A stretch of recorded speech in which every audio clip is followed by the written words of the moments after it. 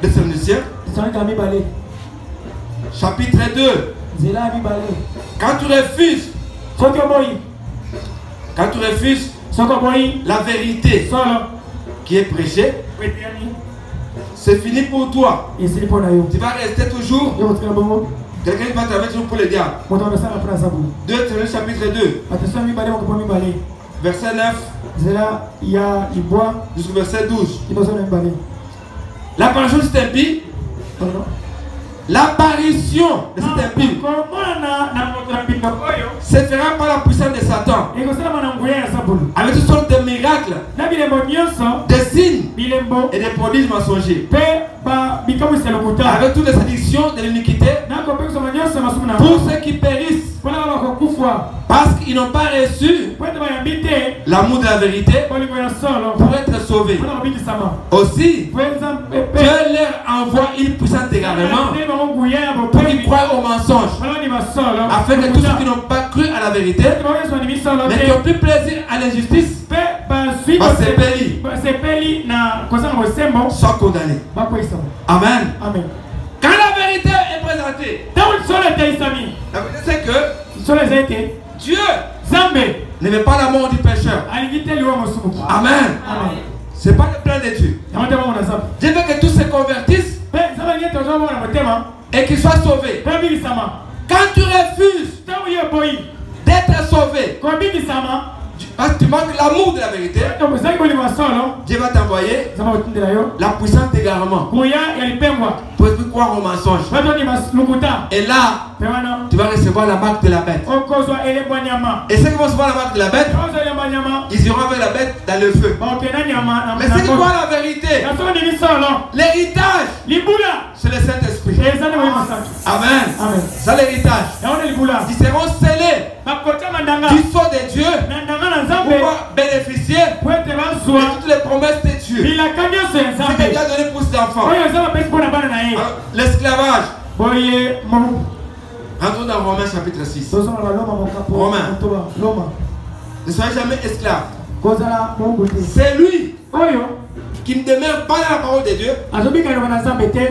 Il est esclave sans le savoir. Il est prisonnier sans le savoir. Romains chapitre 6. Après verset 14. Jusqu'au 18. Il est écrit: car les péchés n'aura point de pouvoir sur vous, puisque vous êtes non sous la loi, mais sous la grâce. Quoi donc? Pécherons-nous parce que nous sommes non sous la loi, mais sous la grâce? Loin de là. Amen, amen. Ce n'est pas seulement la grâce que nous allons commencer à pécher volontairement. Non. Écoutez maintenant le verset 16. Ne savez-vous pas qu'en vous livrant à quelqu'un comme esclave pour lui obéir, vous êtes esclave de celui à qui vous obéissez, soit du péché qui conduit à la mort, soit de l'obéissance qui conduit à la justice. Mais grâce soit rendue à Dieu de ce que, après avoir été esclave du péché, vous avez obéi des cœurs à la règle des doctrines dans laquelle vous avez été instruit. Ayant été affranchi du péché, vous êtes devenu esclave de la justice. Amen, amen. Nous sommes venus ce soir nous consacrer à Dieu pour que l'année qui commence, nous ne serons pas esclaves de la loi. Nous ne serons pas esclaves du péché, de la désobéissance, mais que nous soyons, comme Paul l'a dit, moi Paul, je suis prisonnier de Christ, je suis esclave de Christ. L'année qui va commencer, moi Seigneur, je suis venu ici pour seulement être esclave de la parole de Dieu, esclave de la justice de Dieu. Parce qu'une œuvre a été faite pour moi, je ne vais pas me souvenir du péché. Je ne vais pas encore aller vers ce que la parole condamne. Je veux que l'année commence. Je vais commencer avec toi. J'ai marché avec toi pour seulement vivre la parole de Dieu. Appliquer la parole de Dieu. Et c'est tellement important pour nous. De Pierre. De Pierre chapitre 2. De Pierre chapitre 2. Le verset 19. Pierre dit ceci. Il leur promet la liberté. Bango.